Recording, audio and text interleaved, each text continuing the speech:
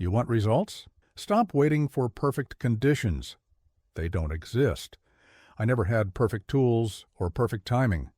What I had was obsession, the kind that works through failure, through doubt, through exhaustion. A true work ethic isn't glamorous. It's gritty. It shows up early, stays late, and never needs applause. That's how I invented the future, by refusing to quit in the present. If you want to build a mind that keeps going when others stop, subscribe to our channel and tell us, where in the world are you watching from? Let me tell you something about genius that might shake your comfortable assumptions. You see it everywhere these days. People worshiping at the altar of natural talent, waiting for inspiration to strike like lightning from a clear sky. They've got it all wrong. Dead wrong. I didn't create the light bulb because I was blessed with some divine spark of brilliance.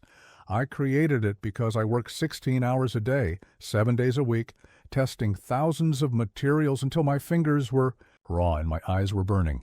That's not genius. That's persistence. That's work ethic. You want to know what genius really is? It's the ability to stay in your laboratory when everyone else has gone home. It's the willingness to fail 1,000 times without losing your resolve. It's the stubbornness to keep pushing when others say it's impossible. Here's what most people don't understand. Talent is nothing but an unearned gift, and gifts that aren't developed through relentless work become curses. They make you soft, dependent on natural ability rather than earned skill. I've seen brilliant minds amount to nothing because they never learned to work. And I've seen average minds achieve extraordinary things because they never stopped working. Let me be clear. I'm not special. I simply refused to be average. When others slept, I worked. When others quit, I continued. When others said, good enough, I said, not yet. That's not genius. That's choice. A choice anyone can make, but few will commit to. You think Thomas Edison was born knowing how to create an electrical system that would light up the world? No, I learned through thousands of hours of trial and error. Each failure taught me something new. Each setback forced me to work harder, think deeper, push further. The laboratory was my classroom, and work was my teacher. But let me ask you, what are you doing with your hours? Are you waiting for inspiration, or are you working to create it? Are you hoping for a breakthrough, or are you forcing one through sheer persistence? The world doesn't need more talented people. It needs more determined people, more resilient people, more people willing to put in the hours when no one's watching, to solve the problems everyone else has given up on. Your potential means nothing without work ethic. Your dreams are worthless without consistent action. You want to be a genius? Stop waiting for it to happen to you. Start working to make it happen through you. I'll tell you what I told my workers. There is no substitute for hard work. None. Not intelligence, not luck, not connections. The foundation of every meaningful achievement in human history was laid brick by brick through persistent, determined work. Remember this, genius is not a flash of insight. It's a forge of habit. It's not about being the smartest person in the room. It's about being the last one to leave it. That's where greatness is born. That's where innovation happens. That's where the future is built. So stop asking yourself if you're talented enough. Start asking yourself if you're determined enough, because that's the only question that matters. The only answer that will change your life is the one you prove through your actions, through your work, through your relentless pursuit of excellence. The choice is yours now. Will you be another dreamer waiting for genius to strike? Or will you be a builder creating your genius through unwavering work ethic? The laboratory of life is open. The materials are before you. The time to begin is now. Listen carefully, because I'm about to tell you why most people fail to achieve anything significant in their lives. They rely on motivation, that fickle, unreliable friend that shows up when the sun is shining and disappears at the first sign of storm clouds. I never needed motivation. What I had was something far more powerful: obsession. The kind that wakes you up before dawn and keeps you working past midnight. The kind that makes you forget to eat, forget to sleep, forget everything except the problem you're trying to solve. But Here's what most people don't understand about obsession. It's not something you're born with. It's something you cultivate. It's a garden you tend to every single day, feeding it with curiosity, watering it with effort, pruning it with focus. When I was working on the phonograph, do you think I was motivated every day? No. But I was obsessed with the idea that sound could be captured and replayed. That obsession drove me through countless failures, through mockery from my peers, through physical exhaustion that would have broken a merely motivated man. Let me ask you this: what keeps you awake at night? What problem gnaws at your mind even when you're supposed to be relaxing? That's not your burden. That's your compass. That's pointing you toward your obsession. You see, motivation is like a match. It creates a bright flame that dies quickly.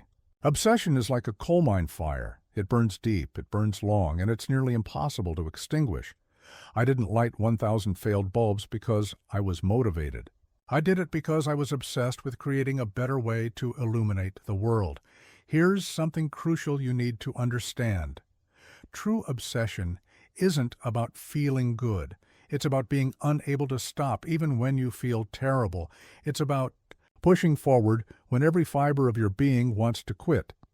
It's about working through holidays, through sickness, through doubt.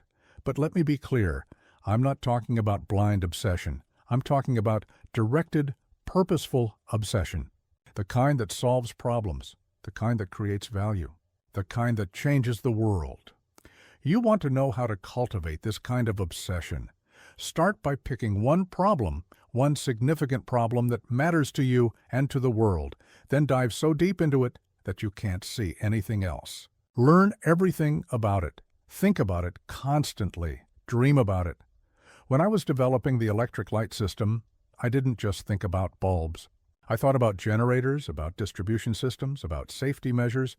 I thought about it while eating, while walking, while trying to sleep. That's obsession. And here's something else they won't tell you. Obsession is contagious. When people see someone truly obsessed with solving a problem, they're drawn to it. That's how I built my team at Menlo Park. I didn't look for the most qualified people. I looked for the most obsessed ones. Stop waiting for motivation to strike. Stop relying on fleeting inspiration. Start building your obsession. Feed it with knowledge. Strengthen it with action. Protect it from distractions. Remember this: the great achievements in human history weren't built on motivation. They were built on obsession, on the kind of deep burning need to solve a problem that doesn't let you rest until you found the answer. The world is full of motivated people who start things. What it needs are obsessed people who finish things, who push through every obstacle, who work when others rest, who solve what others declare impossible. So I ask you, what will be your obsession? What problem will you solve? What mark will you leave on the world? The time for motivation is over. The time for obsession is now. There's a story they tell about ancient conquerors who would burn their ships upon reaching new shores. No retreat, no escape, victory, or death. While others might call this reckless, I call it clarity. Pure, uncompromising clarity. When I started my first laboratory, I didn't have a backup plan. I didn't have a safety net. I had bills to pay, experiments to run, and a burning desire to create something that would change the world. That was it. And let me tell you something. That absence of options was the greatest gift I could have given myself. Here's what most people don't understand. Having a backup plan is planning to fail. It's giving your mind permission to retreat before the battle has even begun. It's telling yourself that failure is not just possible, but probable. I didn't become who I am by having backup plans. I became who I am by putting myself in positions where I had to succeed. When I was working on the electrical system for New York City, failure wasn't an option. Too many people were counting on me. Too much was at stake. That pressure didn't paralyze me, it energized me. But let me ask you this. What ships are you keeping safely anchored in your harbor? What escape routes are you maintaining? What excuses are you nurturing? The moment you truly commit to something, the moment you burn those ships, your mind changes. Your perception shifts. Suddenly every problem becomes solvable because it must be solved. Every obstacle becomes surmountable because it must be surmounted. When I set up my laboratory in Menlo Park, people said I was crazy. Keep your job as a telegraph operator, they said. Have something to fall back on. But I knew better. I knew that keeping one foot in the safe harbor would mean never fully committing to the journey ahead. Here's something crucial you need. To understand, the world makes way for the person who has burned their ships. When people see that level of commitment, that absolute, unshakable dedication, they respond differently. Opportunities appear, doors open, resources materialize. But this isn't about being reckless. This is about being strategic with your commitment. When I burned my ships, I did it with a clear vision of what I was working toward. I had done my calculations. I had measured the risks.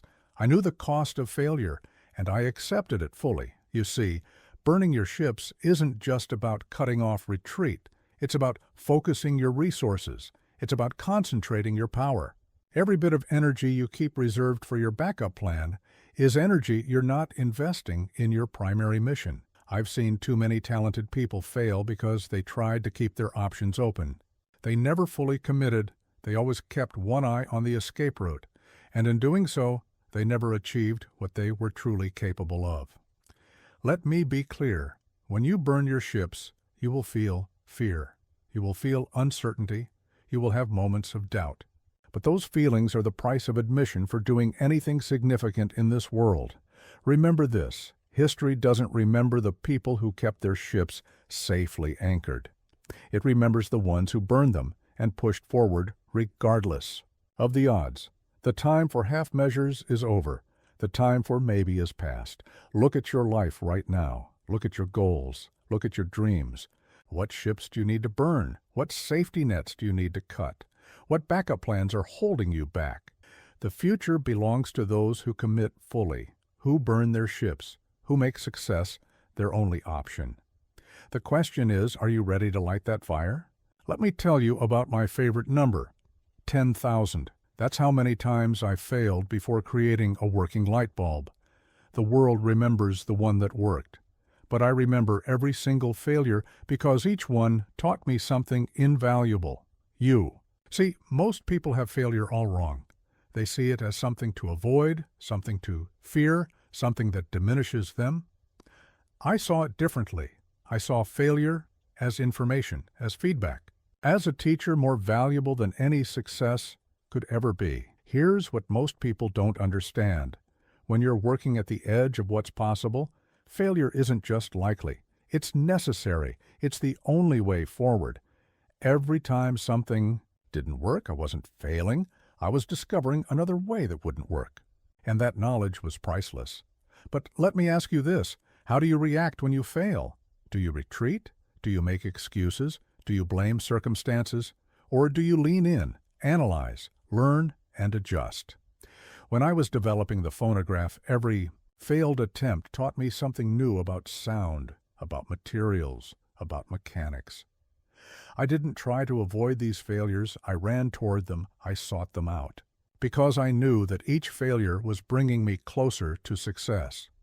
You need to understand something crucial. Failure is not the opposite of success. It's a component of success. It's a tool. It's a guide. When you fail, you're not going backwards. You're gathering data. You're building experience. You're strengthening your resolve. I didn't succeed because I was smarter than everyone else. I succeeded because I was willing to fail more than anyone else. When others gave up after a few attempts, I kept going. When others declared something impossible, I saw it as a challenge to fail 1,000 more times until I found the way. Here's the truth about innovation. It's not about having great ideas. It's about having the resilience to test those ideas until you find what works. And that means being comfortable with failure, not just accepting it, embracing it. When I was working on the electric pen, I failed repeatedly. Each prototype had issues.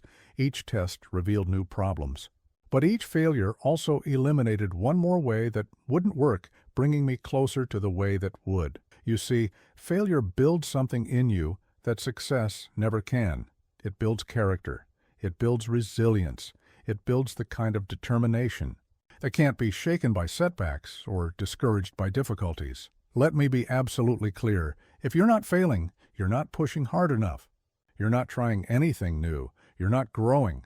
You're not innovating. You're just repeating what's already known. The greatest inventors, the greatest innovators, the greatest achievers in any field, they're not the ones who failed the least. They're the ones who failed the most and kept going. They're the ones who understood that failure is not a wall to stop at, but a stepping stone to climb over. Remember this: success is not about avoiding failure. It's about using failure, learning from it, building with it, making it serve your purpose. So I challenge you, go fail. Fail spectacularly. Fail repeatedly, but fail forward. Fail while pushing boundaries. Fail while attempting something worthwhile. And most importantly, fail while taking notes, because those notes are the blueprint of your future success. The world doesn't need more people who are afraid to fail. It needs more people who understand that failure is the price of admission for achievement, who see failure not as an ending, but as a beginning, who are willing to fail their way to success, one attempt at a time. Are you ready to embrace failure? To use it? To build with it? Because that's where your real progress begins. Everyone wants to talk about the moment of breakthrough, the eureka instant, the flash of genius. But let me tell you about what really matters: the thousands of hours of monotonous, repetitive work that came before it, the boring work that nobody sees, nobody celebrates, but makes everything possible. You see, in my laboratory at Menlo Park, we didn't just work on exciting new inventions. We spent countless hours testing materials, documenting results, cleaning equipment, maintaining tools, hour after hour, day after day, of what most would consider mind-numbingly boring work. Here's what most people don't understand. Mastery isn't built in moments of inspiration. It's built in moments of repetition, in doing the same tasks over and over until they become second nature, until you can do them in your sleep, until they become part of who you are. But let me ask you this: how do you approach the mundane tasks in your work? Do you rush through them? Do you resent them? Do you try to delegate them? Or do you see them for what they really are, the foundation of excellence? When I was developing the electric light system, do you think every day was filled with excitement? No. Most days were filled with meticulous record-keeping, careful measurements, precise adjustments. The kind of work that would make most people's eyes glaze over. You need to understand something fundamental. There is no such thing as boring work. There is only boring people. People who fail to see the dignity in detailed work. People who don't understand that excellence is built on a foundation of seemingly insignificant tasks done with extraordinary care. In my laboratory, I didn't just accept the boring work, I embraced it. I learned to find joy in the precision of measurement, in the clarity of documentation, in the reliability of repeated tests, because I knew that these mundane tasks were actually building something magnificent. Here's the truth about success. It's not glamorous. It's not exciting. Most of the time it's tedious. It's repetitive. It's the kind of work that makes other people wonder why you bother.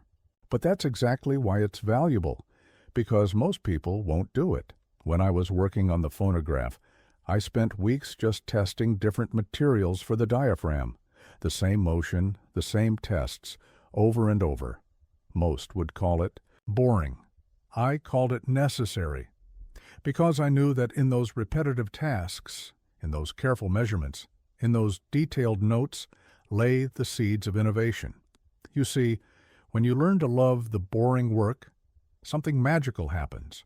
The work stops being boring. It becomes meditative. It becomes focused. It becomes a form of mastery all its own. Let me be crystal clear.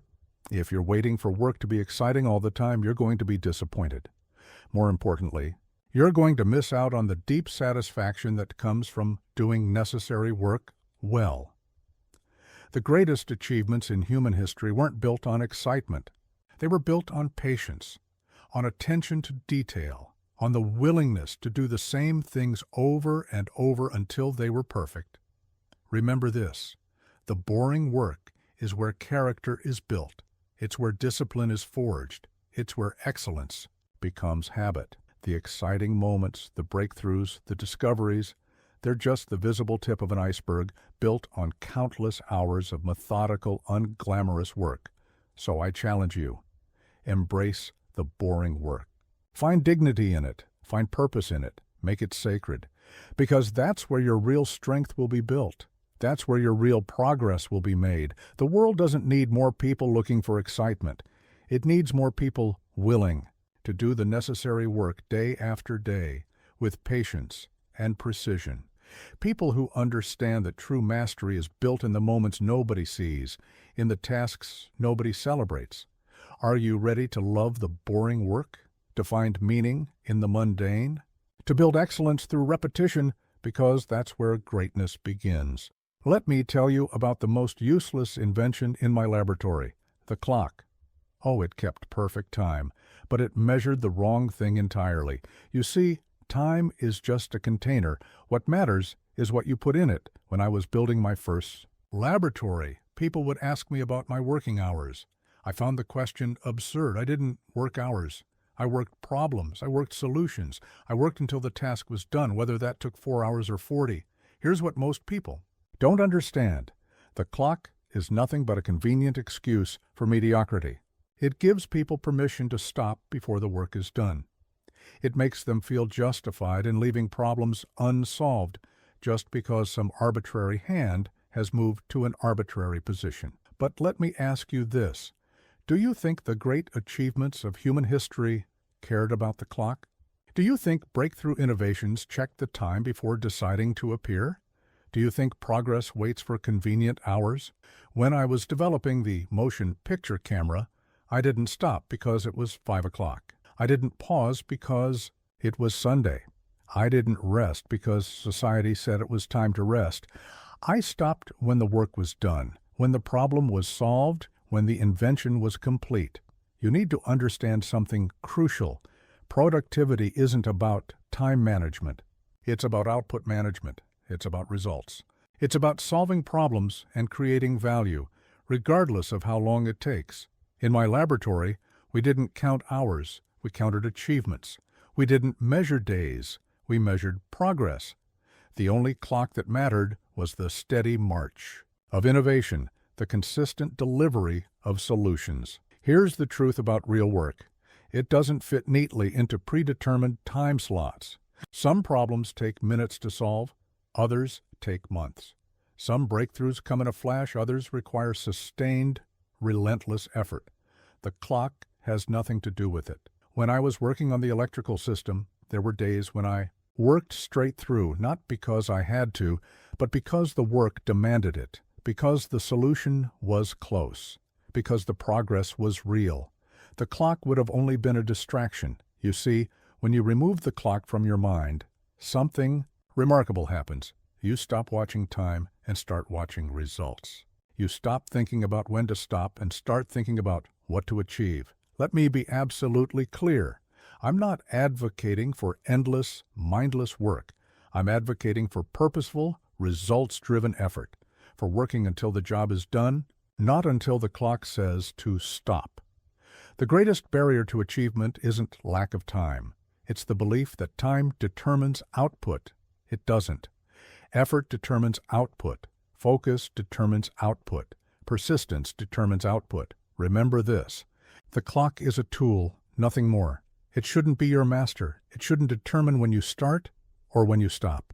Those decisions should be driven by results, by progress, by achievement.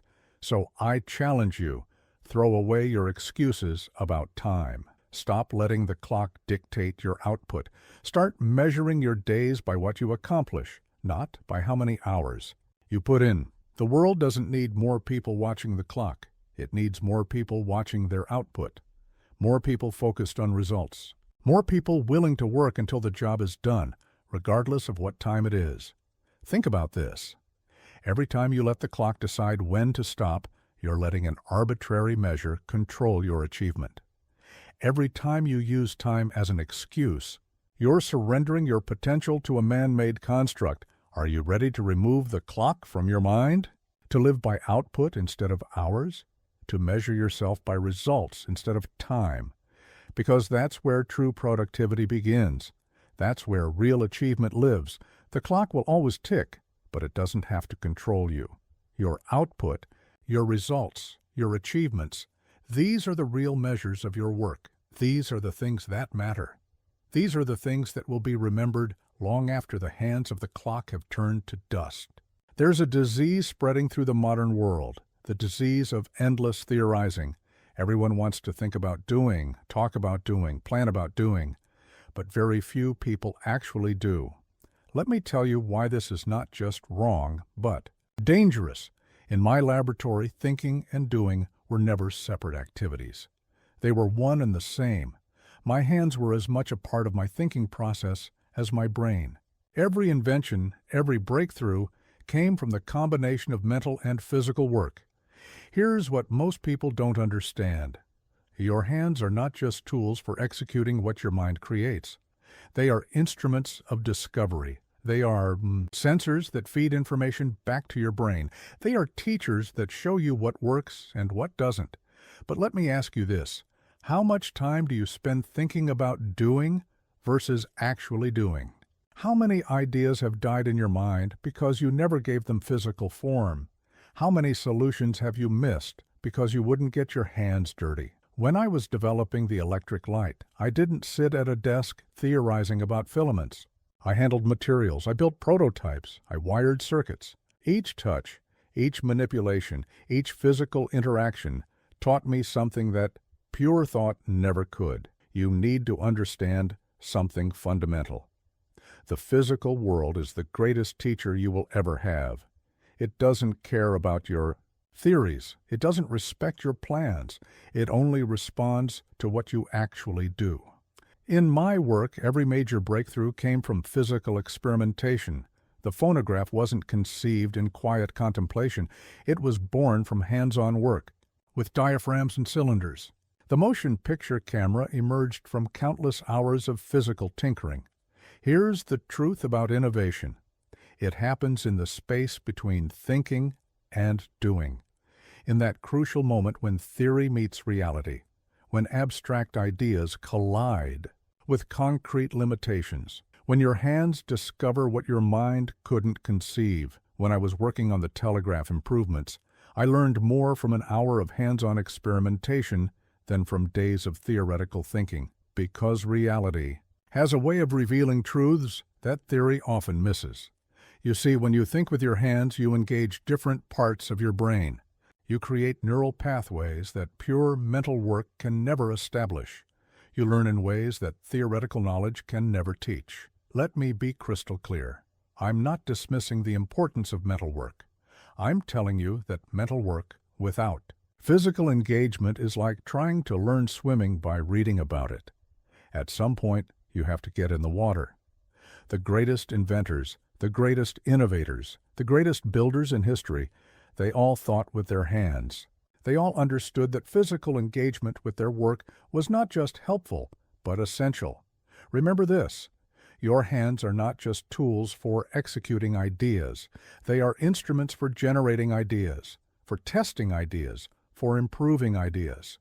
Every time you physically engage with your work, you're not just building something, you're building understanding. So I challenge you, start thinking with your hands. Turn your ideas into physical reality, no matter how crude the first attempt might be. Stop waiting for perfect understanding before you begin. Start learning through doing. The world doesn't need more theorists. It doesn't need more planners. It needs more doers, more builders, more people willing to engage physically with their work, to learn through direct experience, to discover through actual manipulation. Think about this. Every moment you spend purely thinking about your work is a moment you could be learning from direct engagement with it. Every hour spent theorizing is an hour of practical discovery lost. Are you ready to think with your hands, to learn through doing, to discover through direct engagement? Because that's where real innovation happens. That's where true understanding develops. Your hands are waiting to teach you things your mind alone could never grasp. They're waiting to show you possibilities you could never imagine. They're waiting to help you build things you could never merely think into existence. The time for pure theory is over. The time for physical engagement is now. Put your hands to work and let them teach your mind what it needs to know. Let me tell you about the real secret to my success. It wasn't the grand moments of inspiration. It was the small, seemingly insignificant routines I performed every single day. The micro habits that, when combined, created an unstoppable system of progress. In my laboratory at Menlo Park, we didn't just have big goals. We had precise routines. Every tool had its place. Every experiment had its protocol. Every day had its rhythm. These weren't restrictions. They were the foundation that made innovation possible. Here's what most people don't understand. Great achievements aren't built on dramatic actions. They're built on tiny, consistent behaviors repeated with religious devotion. The small things you do every day matter far more than the big things you do occasionally. But let me ask you this. What are your micro-routines? What small daily actions are you performing with absolute consistency? What habits are you cultivating that will compound into extraordinary results? When I was developing my inventions, I had specific routines for everything. How I organized my notes, how I tested materials, how I documented failures. These weren't just procedures, they were rituals that freed my mind to focus on innovation. You need to understand something crucial. Willpower is limited. Motivation is unreliable. But routines, small, well-designed routines, can carry you through when both willpower and motivation fail. In my work, I noticed that the most successful inventors weren't just the most talented. They were the ones with the most robust systems, the ones who had turned the mundane aspects of their work into automatic routines. Here's the truth about productivity. It's not about working harder. It's about removing friction, about creating systems so automatic, so ingrained, that progress becomes inevitable. The micro-routines are what make this possible.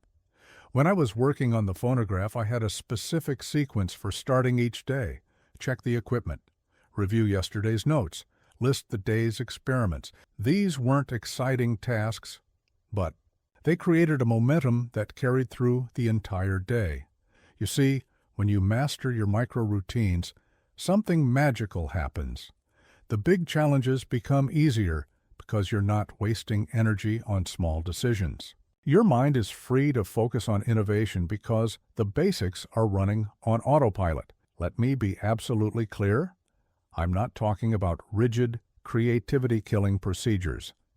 I'm talking about purposeful routines that eliminate unnecessary friction and create reliable progress. The greatest achievements in history weren't built on chaos. They were built on systems, on routines, on small, consistent actions that, day after day, move things forward. Remember this. Every minute you spend perfecting your micro-routines saves hours in your actual work. Every habit you automate frees up mental energy for more important tasks. So I challenge you, examine your daily work. Find the small actions that you repeat. Turn them into deliberate routines. Perfect them until they become automatic. Start with your workspace. Everything should have its place. Every tool should be ready. Every supply should be stocked. This isn't about being obsessive. It's about removing friction. Then look at your processes. How do you start your day? How do you document your work? How do you handle interruptions? Turn these into systematic routines. The world doesn't need more chaotic genius. It needs more systematic progress, more reliable innovation, more consistent output that comes from well-designed routines. Think about this. Every time you have to decide where something goes, every time you have to remember a process, every time you have to figure out what comes next, that's energy you're not spending on actual progress. Your micro-routines should be like breathing, automatic, natural, life-sustaining. They should run in the background, supporting your work without demanding your attention. Are you ready to master your micro-routines, to build systems that support your success, to create habits that make progress inevitable, because that's where sustainable achievement begins. That's where reliable innovation is born. That's where greatness becomes not just possible, but probable. The time for random action is over. The time for systematic progress is now. Build your micro-routines, perfectly, your systems, and watch as small, consistent actions transform into extraordinary achievements. Here's something that might surprise you. I never wasted time telling people how great my inventions would be. I was too busy making them great. In a world of endless talk, endless promotion, endless noise, there's immense power in quiet execution. When I was working on the light bulb, I didn't give speeches about how it would revolutionize the world. I didn't write articles about my brilliant theories. I didn't debate critics. I worked, I tested, I improved. And when it was ready, the light spoke for itself. Here's what most people don't understand. Talking about what you're going to do depletes the energy you need to actually do it. Every minute spent explaining your vision is a minute not spent creating it. Every hour spent defending your ideas is an hour not spent perfecting them. But let me ask you this. How much time do you spend talking about your work versus actually doing it? How often do you feel the need to explain, to justify, to convince others of your potential instead of simply demonstrating it? When I was developing the phonograph, many said it was impossible. That sound couldn't be captured and replayed. I didn't argue with them. I didn't try to convince them. I just kept working until I could place a working phonograph in front of them.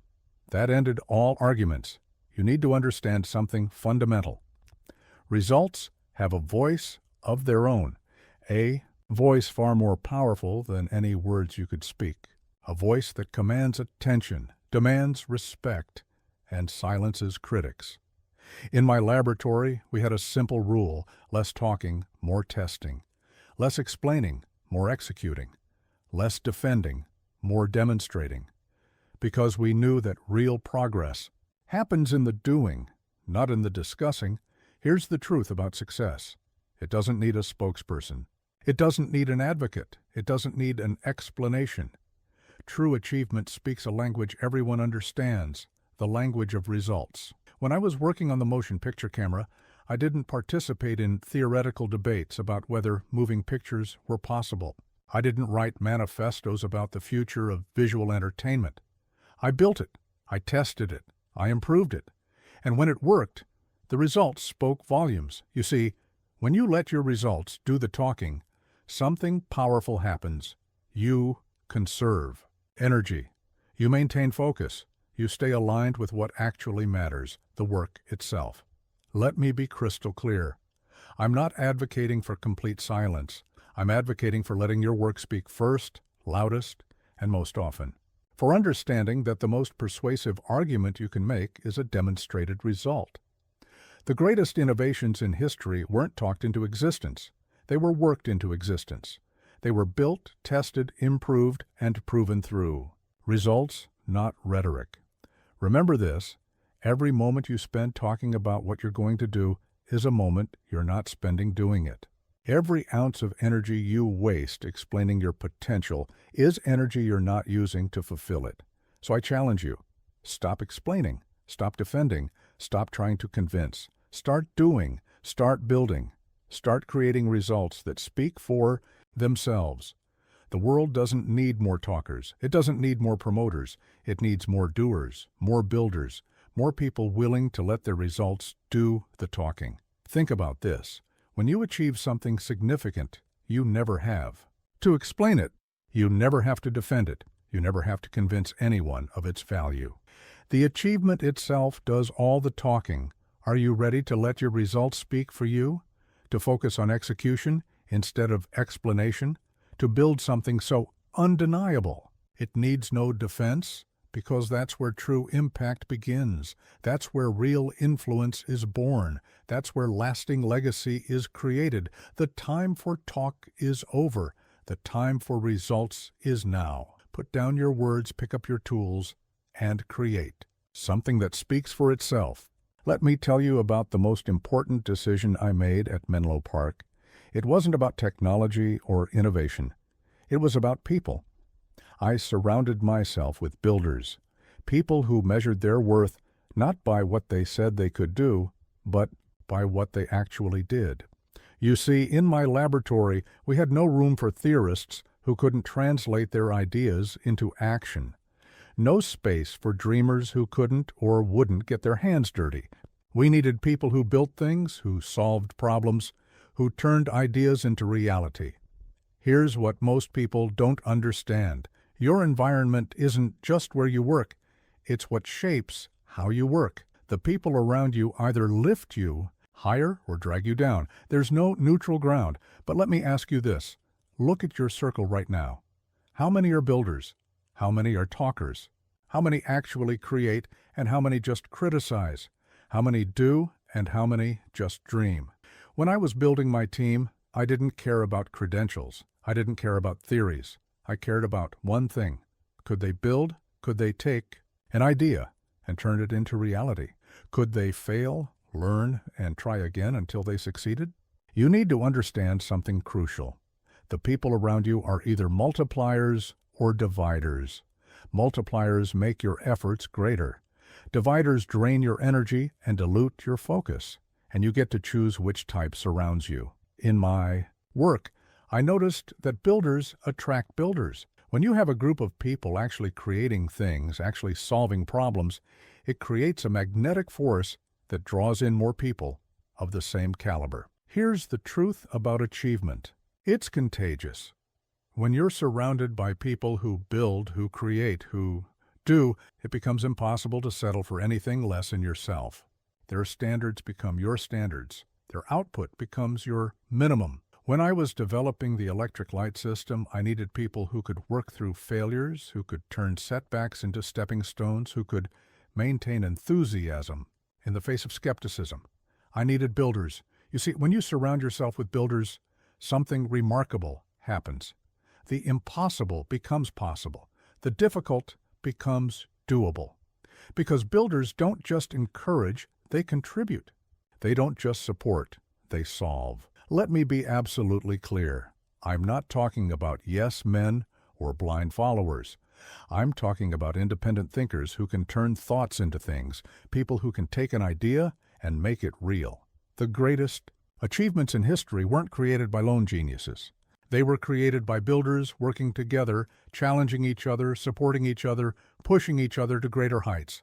Remember this, your environment will either raise your standards or lower them. The people around you will either push you toward action or pull you toward complacency. So I challenge you, audit your circle.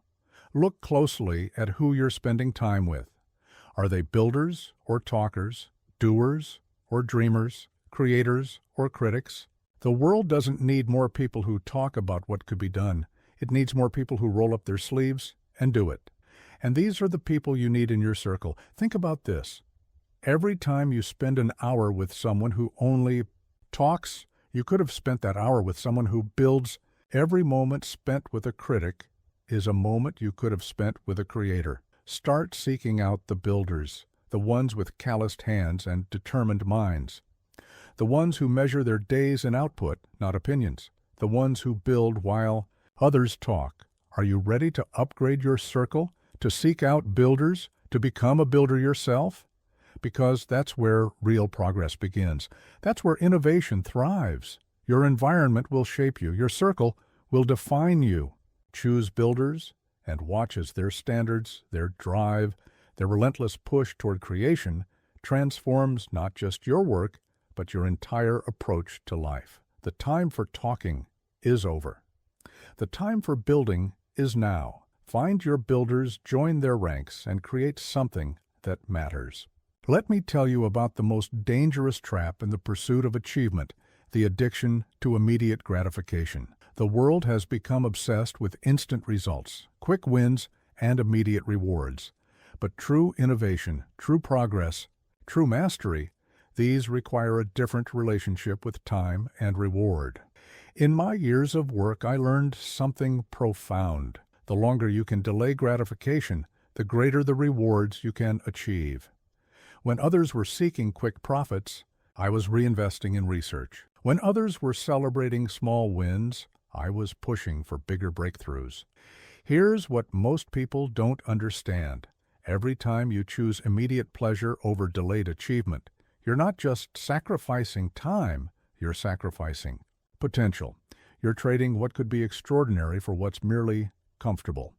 But let me ask you this. How long can you work without needing recognition?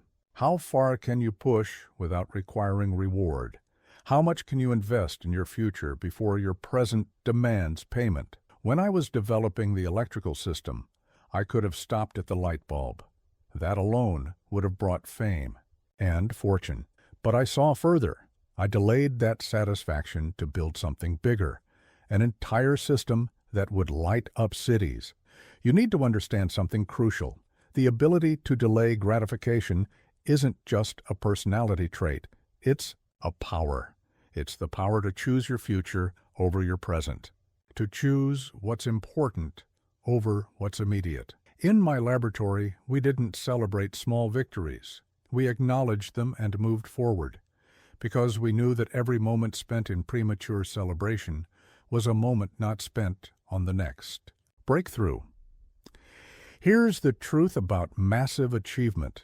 It requires massive patience, the willingness to work months, years, even decades without immediate reward, the ability to find joy in the work itself rather than in its recognition. When I was working on the phonograph, there were countless moments when we could have released an inferior version.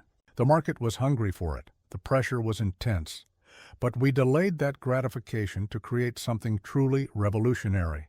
You see, when you learn to delay rewards, something remarkable happens. Your work deepens. Your vision expands. You start seeing opportunities that the reward-hungry miss entirely. Let me be crystal clear. I'm not advocating for denial of all pleasure.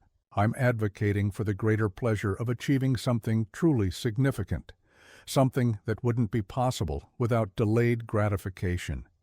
The greatest innovations in history weren't created by people seeking quick rewards.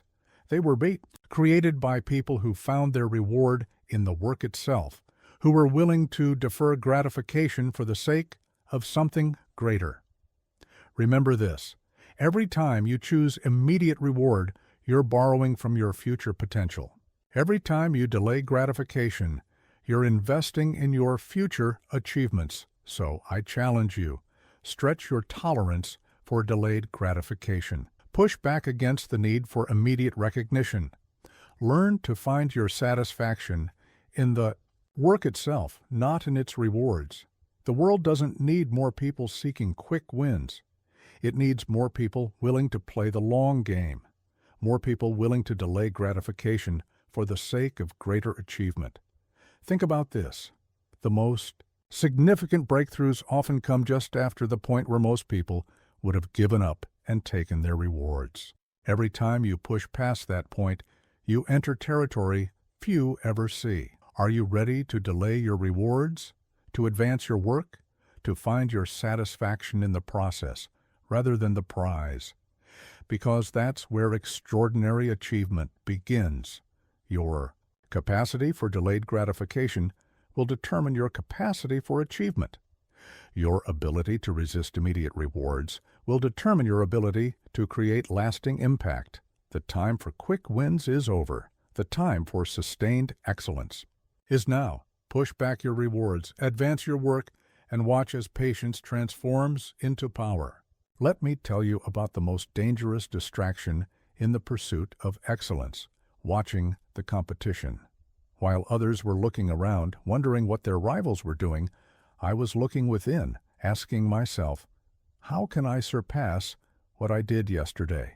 In my laboratory, we didn't concern ourselves with what other inventors were doing. We didn't adjust our pace based on their progress. We had one standard, to be better today than we were yesterday. One competitor, ourselves. Here's what most people don't understand. When you compete with others, you become a copy. When you compete with yourself, you become an original. External competition makes you reactive. Internal competition makes you creative. But let me ask you this. Who are you really competing with? Are you chasing someone else's definition of success? Are you measuring yourself against standards that aren't your own? Are you running someone else's race? When I was developing my inventions, I wasn't trying to outdo anyone else. I was trying to outdo myself.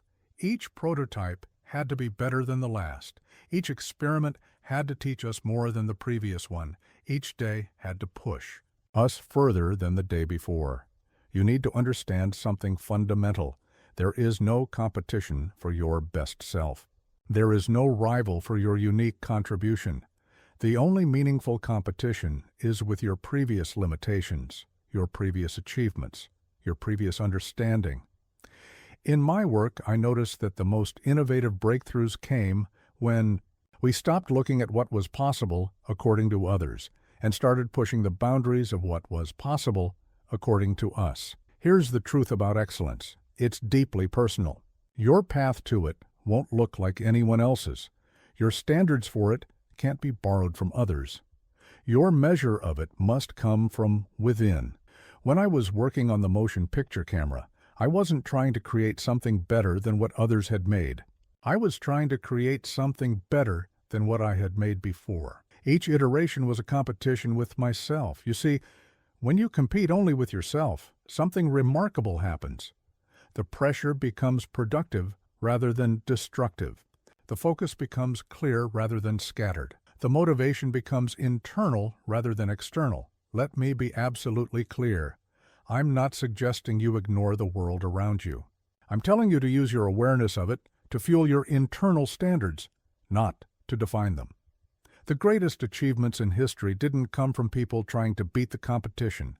They came from people trying to reach the fullest expression of their own potential. Remember this. Every time you look to others to set your standards, you limit yourself to what's already been done. Every time you compete with yourself, you open the possibility of doing what's never been done. So, I challenge you, stop looking around, start looking within. Set standards that come from your own aspirations, not from comparison with others. The world doesn't need more people trying to be better than everyone else. It needs more people trying to be better than they were yesterday. Think about this. When you compete with others, you have to divide your energy between watching them and improving yourself. When you compete with yourself, every ounce of energy goes into growth. Your only real competition is your previous self. Your only real measure is your own progress. Your only real standard is your own potential. Are you ready to stop competing with the crowd? To start competing with yourself?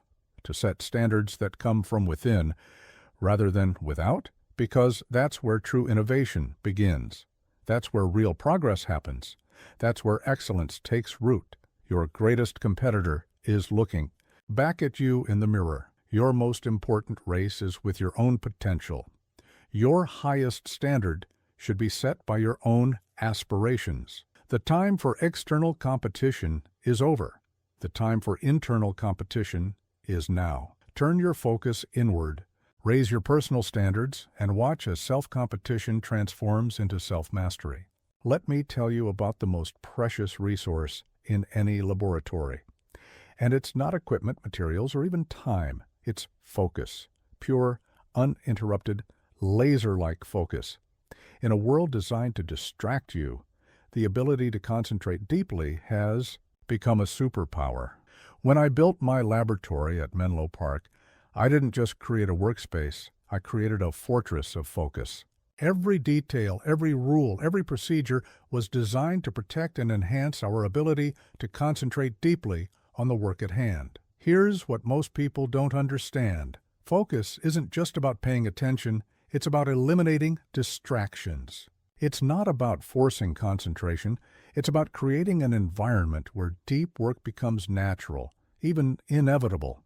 But let me ask you this. What defenses have you built around your focus? What walls have you erected against distraction?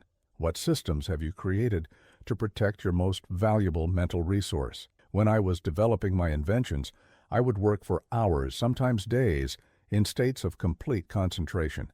This wasn't because I had supernatural powers of focus.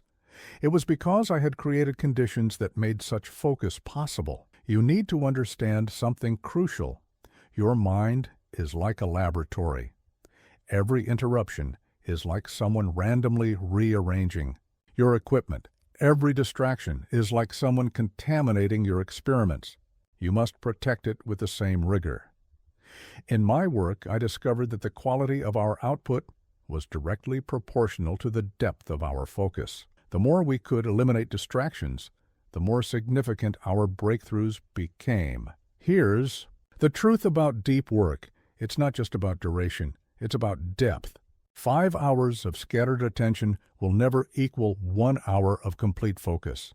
The most valuable discoveries happen in those rare moments of total concentration. When I was working on the electrical system, we had strict rules about interruptions. Not because we were antisocial, but because we understood that each break in concentration cost us more than just time. It cost us momentum, insight, possibility. You see, when you build a fortress of focus, something magical happens.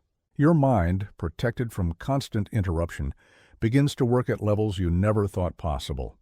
Ideas connect, solutions emerge, innovations become possible. Let me be crystal clear. I'm not talking about just closing your door or turning off your phone. I'm talking about creating a complete system of focus, physical, mental, and environmental barriers that protect your ability to think deeply. The greatest achievements in history weren't created in environments of constant distraction. They were created in spaces of protected focus, in moments of uninterrupted concentration, in conditions that allowed for deep thought and careful experimentation.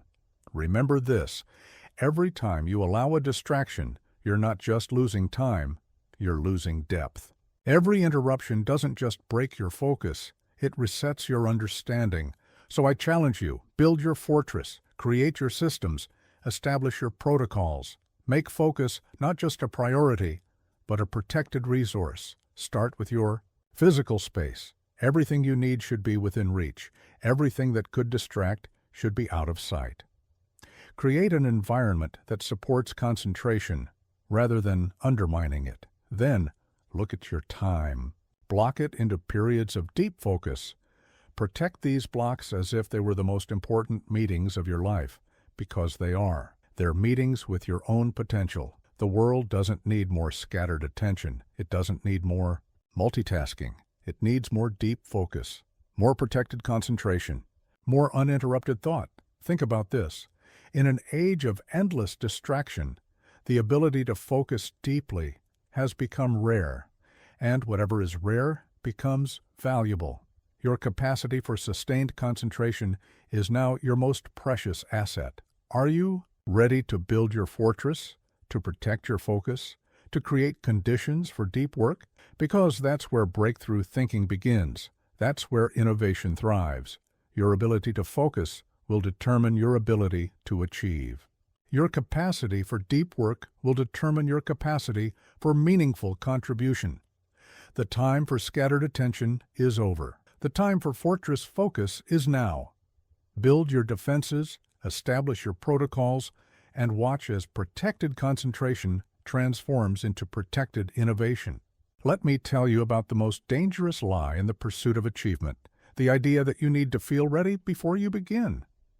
If I had waited until I felt ready, the light bulb would still be a dream, the phonograph would still be impossible, and the world would still be in darkness. When I started my first experiments, I wasn't ready. When I opened my laboratory, I wasn't ready. When I took on the challenge of lighting up entire cities, I wasn't ready. But I began anyway because I understood something most people don't. Readiness is a myth. Here's what most people don't understand. Feeling ready is not a prerequisite for success. It's not even a reliable indicator of capability. It's often just fear dressed up as preparation. But let me ask you this. What are you waiting to feel ready for? What dreams are you postponing? What actions are you delaying because you don't feel qualified enough, prepared enough, or confident enough? When I began working on the motion picture camera, I didn't know everything about optics. When I started developing the phonograph, I didn't fully understand sound waves, But I started. I experimented. I learned through action. You need to understand something fundamental. Readiness is not a feeling you wait for. It's a state you create through action. Every step you take, every experiment you run, every failure you encounter makes you more ready than any amount of waiting ever could. My laboratory, we had a simple philosophy. Start before you feel ready, learn while you work, improve through action. Because we understood that the feeling of readiness often comes after you begin, not before. Here's the truth about achievement. It doesn't wait for perfect conditions. It doesn't require complete knowledge. It doesn't demand absolute confidence. It only requires one thing: the courage to begin. When I was developing the electrical system, there were countless moments when I could have waited. Waited for better technology. Waited for more funding. Waited until I felt more certain. But waiting doesn't create progress. Action does. You see, when you start before you feel ready, something remarkable happens. Your actions create confidence. Your experiments generate knowledge. Your failures produce wisdom that no amount of preparation could provide. Let me be crystal clear. I'm not advocating for reckless action. I'm advocating for informed experimentation, for learning through doing, for understanding that the best preparation for work is work itself. The greatest innovations in history weren't created by people who felt ready. They were created by people who were willing to begin before they felt prepared, to learn through action, to grow through experience. Remember this: every moment you spend waiting to feel ready is a moment you could have spent becoming ready through action. Every day you delay is a day of potential progress lost. So I challenge you, start now. Start before you feel ready. Start before you have all the answers. Start before your confidence catches up with your ambition. The world doesn't need more people waiting to feel ready. It needs more people willing to begin, to learn, to adjust, to grow through action, rather than waiting for perfection. Think about this. Readiness is often just resistance in disguise. It's your mind creating obstacles because action feels dangerous. But the real danger lies in waiting for a feeling that may never come. Are you going to wait until you feel ready? Or are you going to start now, learn as you go, and let your actions create your readiness? Because that's where real progress begins. That's where actual learning happens. That's where true capability is built. Your readiness isn't measured by how prepared you feel. It's measured by your willingness to begin despite your doubts. Your capability isn't determined by your initial confidence. It's determined by your commitment to learn through action. The time for waiting is over. The time for action is now. Start before you feel ready. Learn while you work, and watch as action transforms uncertainty into capability. Remember, I didn't feel ready when I started any of my major inventions, but I started anyway, and that made all the difference. The light bulb didn't come from feeling ready. It came from countless hours of unready but determined experimentation. The next time you find yourself waiting to feel ready, remember this: the only way to truly become ready is to begin. Your actions will teach you what no amount of preparation ever could.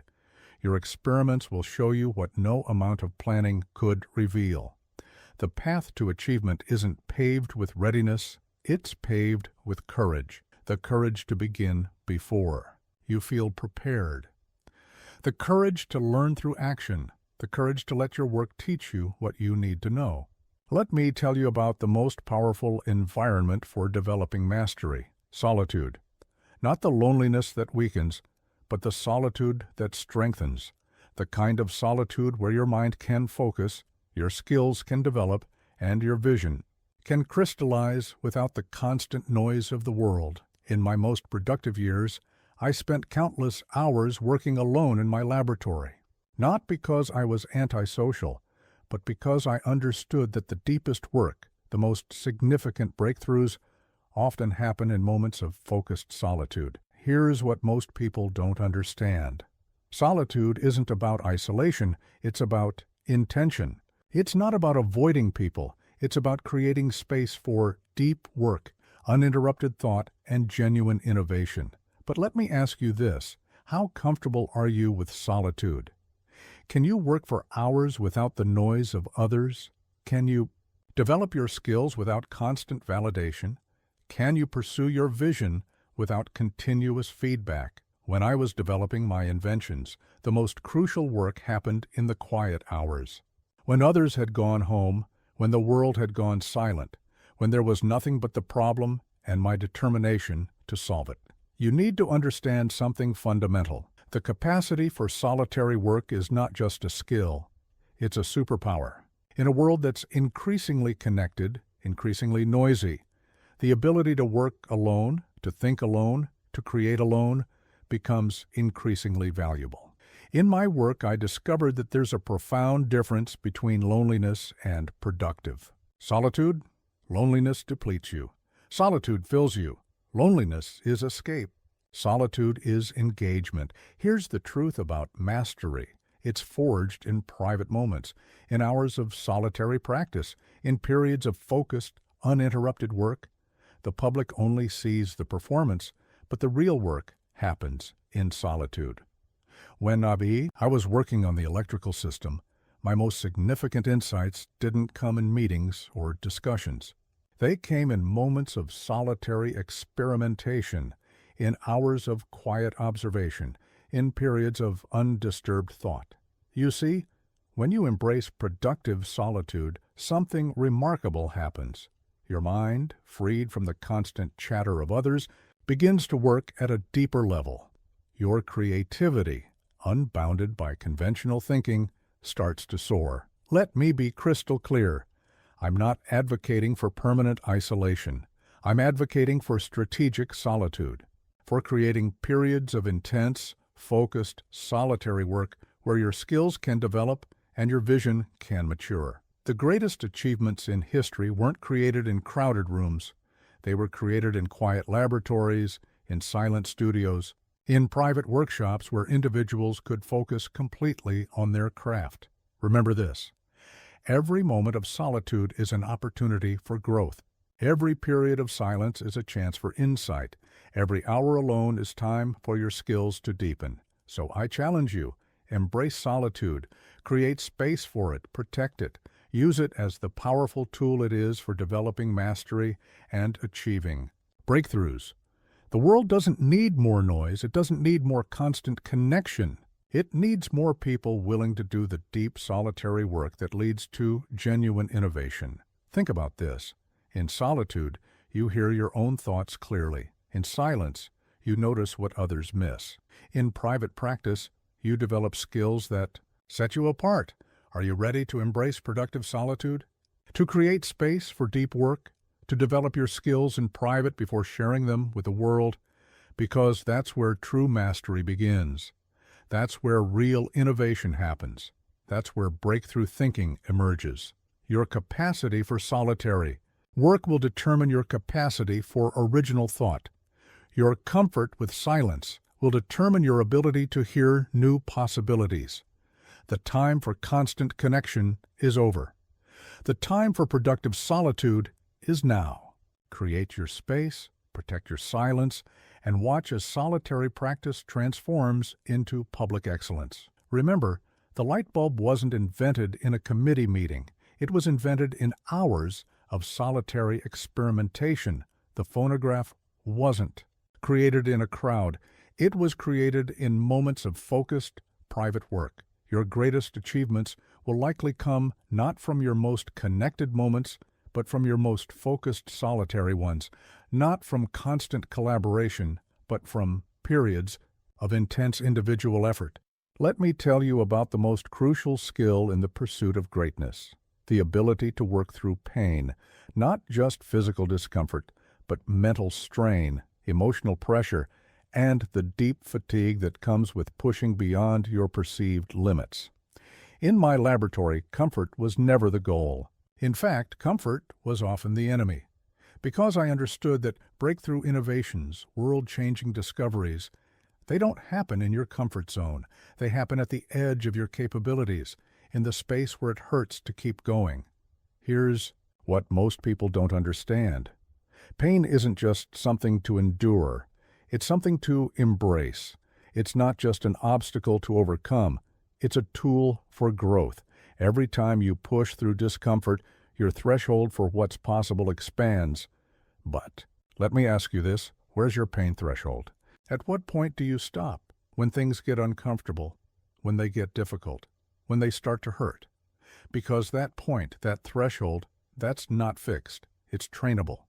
When I was working through thousands of failed attempts at the light bulb, each failure wasn't just a technical setback, it was emotional pain, mental strain, physical exhaustion.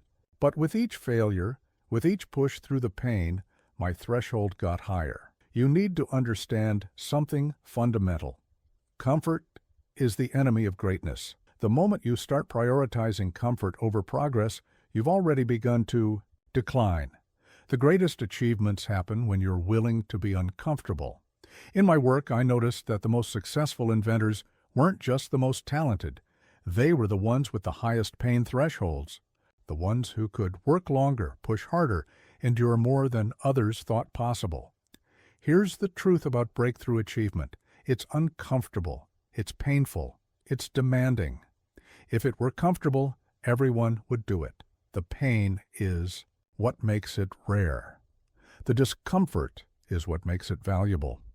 When I was developing the electrical system, there were countless moments of physical exhaustion, mental fatigue, emotional drain. But each time I pushed through, each time I raised my threshold, I became capable of more. You see, when you deliberately raise your pain threshold, something remarkable happens. What once seemed impossible becomes manageable. What once seemed unbearable becomes routine. Your capacity for work, for achievement, for innovation expands. Let me be crystal clear. I'm not talking about needless suffering. I'm talking about strategic discomfort, about deliberately pushing your limits, about training yourself to work through higher levels of strain, stress, and difficulty. The greatest innovations in history weren't created in comfort.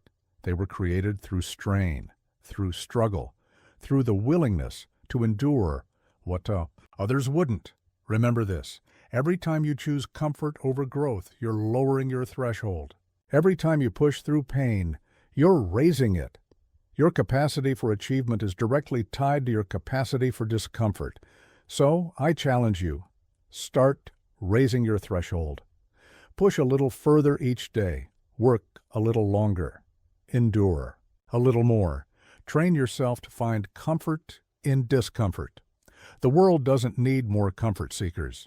It needs more threshold raisers, more people willing to push past their limits, more people willing to endure the pain of growth. Think about this. The pain you feel when pushing your limits isn't your enemy. It's your teacher. It's not telling you to stop. It's showing you where you need to grow. Are you ready to raise your threshold, to embrace discomfort, to push past your current limits? Because that's where extraordinary achievement begins. Your capacity for pain will determine your capacity for achievement. Your willingness to be uncomfortable will determine your ability to innovate. The time for comfort is over. The time for growth is now. Raise your threshold, embrace the strain, and watch as increased capacity transforms into increased achievement. Remember, every major breakthrough I achieved came with pain, came with discomfort, came with the willingness to push past what others considered reasonable limits. The light bulb wasn't created in comfort. It was created through thousands of uncomfortable failures. The phonograph wasn't invented in ease. It was invented through countless hours of strain and struggle. Your greatest achievements won't come from your moments of comfort. They'll come from your moments of maximum strain, when you're pushing past your limits, when you're raising your threshold for what you can endure.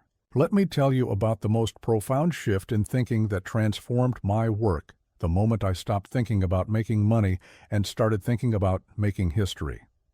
Don't misunderstand me. Financial success is important, but it's a poor master and an even poorer legacy. In my laboratory, we weren't just trying to create profitable inventions.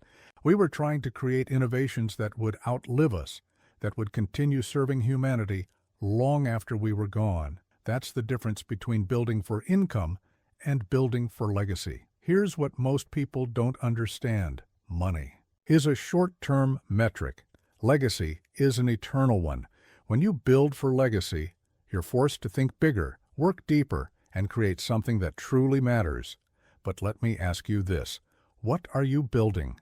Is it something that will fade with the next market shift? Or is it something that will echo through generations? Is your work serving your bank account, or is it serving humanity? When I was developing the electrical system, I wasn't just thinking about profits. I was thinking about transforming human civilization, about creating something that would fundamentally change how people lived, worked, and connected. You need to understand something crucial. Legacy isn't about being remembered. It's about making a difference that continues after you're gone. It's not about your name living on. It's about your work continuing to serve. In my career, I noticed that the most fulfilling achievements weren't the ones that made the most money. They were the ones that made the most difference. The ones that solved real problems, that improved real lives, that advanced human capability. Here's the truth about lasting impact. It rarely comes from chasing quarterly profits. It comes from pursuing solutions to fundamental problems, from creating innovations that address basic human needs, from building something larger than yourself. When I was working on the phonograph, I wasn't just creating a product. I was creating a way to preserve human expression across time, to allow future generations to hear the voices, the music, the stories of their ancestors. You see, when you build for legacy, something remarkable happens. Your vision expands, your work deepens, your impact multiplies. Because you're no longer constrained by the limitations of immediate return, you're driven by the possibility of eternal impact. Let me be crystal clear. I'm not against making money. I'm against letting money be your only measure of success, your only motivation for innovation, your only criteria for achievement. The greatest innovations in history weren't created just to generate profit. They were created to solve problems, to advance human capability, to make the world better in some fundamental way. Remember this, money disappears, but legacy compounds. Financial success can be lost in a market crash, but true innovation, genuine contribution, meaningful impact, these things endure. So I challenge you, think beyond income. Think beyond quarterly results. Think beyond your own lifetime. What could you build that would truly last? What could you create that would genuinely matter? The world doesn't need more people building disposable products for quick profits. It needs more people building lasting solutions to real problems. More people thinking in terms of generations rather than quarters. Think about this. Every truly great achievement started with someone thinking beyond their own time, beyond their own benefit, beyond their own life. Are you ready to build for legacy? To create something that lasts? To work on problems that matter beyond your own lifetime? Because that's where true significance begins. That's where real impact is created. That's where eternal value is built. Your capacity for legacy will far exceed your capacity for income. Your ability to make a lasting difference will far outweigh your ability to make a temporary profit. The time for short-term thinking is over. The time for legacy building is now. Expand your vision, deepen your work, and watch as eternal purpose transforms into eternal impact. Remember, the light bulb wasn't just about creating a profitable product, it was about transforming human civilization. The phonograph wasn't just about making money, it was about preserving human expression across time. Your greatest contribution won't be measured in dollars. It will be measured in lives improved, in problems solved, in positive changes that continue long after you're gone. Let me tell you about the most powerful force in achievement. It's not genius, it's not luck, it's not even innovation. It's endurance. The simple, unglamorous ability to keep going when others quit, to stay in the game when others leave, to outlast everyone. In my years of work, I've seen brilliant minds flame out. I've seen talented inventors give up. I've seen promising innovators surrender to frustration. But I kept going. Not because I was smarter, but because I could endure longer. Here's what most people don't understand. Success isn't about who's best at the beginning. It's about who's still standing at the end. It's not about who has the most talent. It's about who has the most endurance. But let me ask you this. How long can you stay in the game? When others quit, can you continue? When the excitement fades, can you persist? When progress seems impossible, can you endure? When I was working on the light bulb, I didn't succeed because I was the smartest inventor. I succeeded because I was the last one still trying. While others gave up after hundreds of failures, I persisted through thousands. You need to understand something fundamental. Endurance isn't just about physical stamina. It's about mental resilience, emotional durability, the capacity to maintain enthusiasm, focus, and determination long after the initial excitement has faded. In my laboratory, I noticed that the most successful innovations didn't come from quick bursts of brilliance. They came from sustained, persistent effort, from the willingness to stay with a problem long after others had abandoned it. Here's the truth about lasting achievement.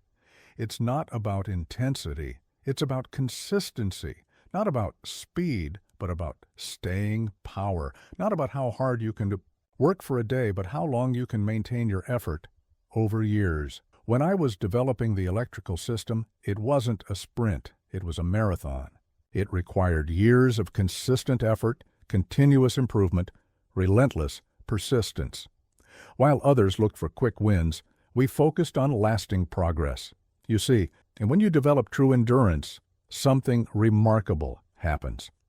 Problems that seemed unsolvable become solvable, not because they got easier, but because you got stronger. Challenges that seemed impossible become possible, not because they changed, but because you didn't quit. Let me be crystal clear. I'm not talking about blind persistence. I'm talking about intelligent endurance, about the wisdom to adjust your approach while maintaining your commitment, about the strength to learn from failure without being defeated by it. The greatest achievements in history weren't created by people who gave up easily. They were created by people who stayed in the game, who outlasted their doubts, their critics, their competitors. Remember this, every time you're tempted to quit, someone else is too. The one who persists is the one who wins. Every time you feel like giving up, you're actually being presented with an opportunity to pull ahead of those who will surrender. So I challenge you, develop your endurance, build your staying power, create the capacity to persist, not just through days or weeks, but through months and years. The world doesn't need more people who start things. It needs more people who finish things, more people who stay the course, more people who outlast everyone else in the pursuit of their goals. Think about this. Most people overestimate what they can achieve in a day and underestimate what they can achieve in a year. Your capacity for achievement is directly tied to your capacity for endurance. Are you ready to outlast everyone? To persist when others quit? To stay in the game when others leave? Because that's where extraordinary achievement lives. Your greatest advantage isn't your talent, it's your endurance. Your most powerful weapon isn't your intelligence, it's your persistence. The time for quick victories is over. The time for lasting achievement is now. Build your endurance, strengthen your persistence, and watch as staying power transforms into lasting success. Remember, I didn't just work longer hours than others. I worked longer years. I didn't just try more times than others. I continued, trying long after they'd given up. The light bulb wasn't created by the smartest inventor. It was created by the one who refused to quit. The electrical system wasn't developed by the most brilliant mind. It was developed by the one who stayed in the game the longest. Your greatest achievements won't come from bursts of effort. They'll come from sustained persistence, not from moments of brilliance, but from years of dedication. This is the final truth about achievement. In the end, it's not the smartest who win, not the most talented who succeed, not the most brilliant who make history. It's those who can outlast everyone else, those who can stay in the game when others leave, those who can maintain their commitment when others surrender their dreams. The question isn't whether you're talented enough, smart enough, or capable enough. The question is, can you outlast everyone? Can you stay in the game long enough for your dedication to overcome all obstacles?